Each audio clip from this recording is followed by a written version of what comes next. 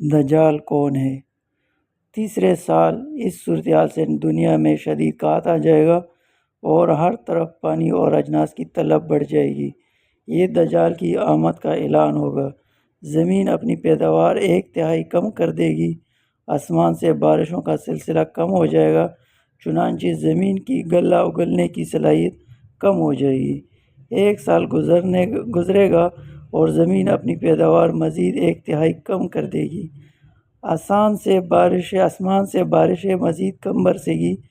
تیسرے سال اس صورتحال سے دنیا میں شدید قحط آ جائے گا اور ہر طرف پانی اور اجناس کی طلب بڑھ جائے گی۔ یہ دجال کی آمد کا اعلان ہوگا۔ ایسے حالات میں دجال دنیا میں نمودار ہوگا۔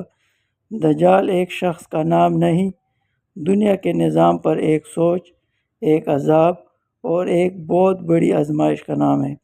اللہ تعالیٰ نے دنیا کی تکمیل کے بعد بنی نوح انسان کو شطر بے مہار نہیں چھوڑا، بلکہ اپنی خاص رحمت ہم انسانوں پہ کی اور اپنی چنیدہ نیک بندوں یعنی رسولوں کے ذریعے سے مسلسل ہدایت کا سلسلہ جاری رکھا۔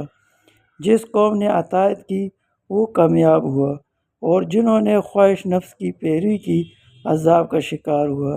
دجال کے خروج سے قبل اس کے لیے راہ ہموار کرنے کا سلسلہ یہود و نصارہ کی کوششوں سے جاری ہے۔ خفیہ اسرائیلی سازشوں تو عرصہ سے جاری ہے۔ اس کی ظاہری مثال یروشلم میں امریکی سفارت خانہ کے قیام کے اعلان سے دیکھی جا سکتی ہے۔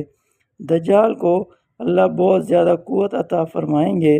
یہ دنیا کے تمام وسائل پر اس وقت قابض ہوگا جب دنیا شدید قحط کی لپیٹ میں ہوگی اور یہ ساری دنیا کے ارد گرد اپنی جدید سواری میں چکر لگائے گا۔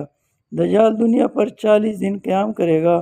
پہلا دن 1 سال کے برابر ہوگا، دوسرا دن 1 ماہ کے برابر اور تیسرا دن 1 ہفتے کے برابر ہوگا۔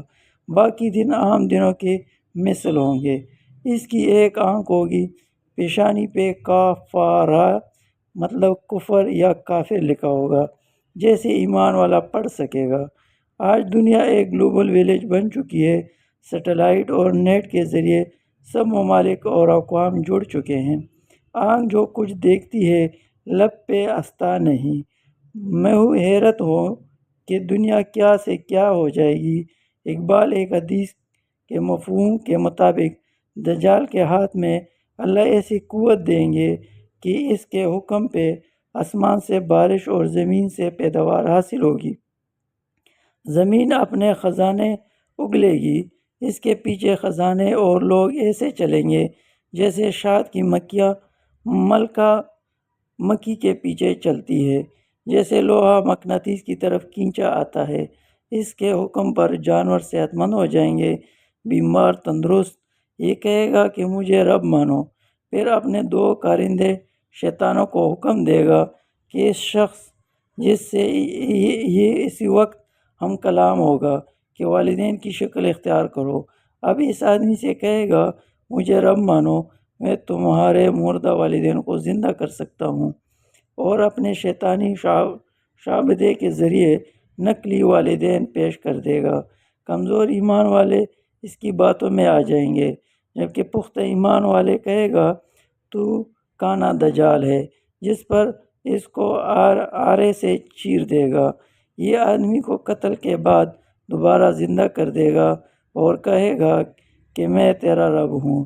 یہ سب دجال کے ذاتی کمال سے نہیں ہوگا، بلکہ اللہ تعالیٰ اس کی رسی دراز کرے گے اور انسانوں کی آزمائش کے لیے اس کو قوت دی جائے گی کہ دیکھا جائے کہ کون حق کی پیروی کرتا ہے اور کون باطل کی۔ اس کے پاس بہت سے حربے ہوں گے، بہت شعبے ہوں گے اور وسائل پر اس کا قبضہ ہوگا۔ یہ دنیا پہ قیامت سے پہلے ایک قیامت برپا کر دے گا۔ امام مہدی کا نزول ہوگا اور اپنے جانبازوں کو لے لڑنے کی تیاری کر رہے ہوں گے۔ حضرت عیسیٰ علیہ السلام کا نزول ہوگا۔ حضرت عیسیٰ دجال کو باب لد کے مقام پر قتل کریں گے۔ اس وقت دجال کے ساتھ 70,000 یہودیوں کی جماعت ہوگی۔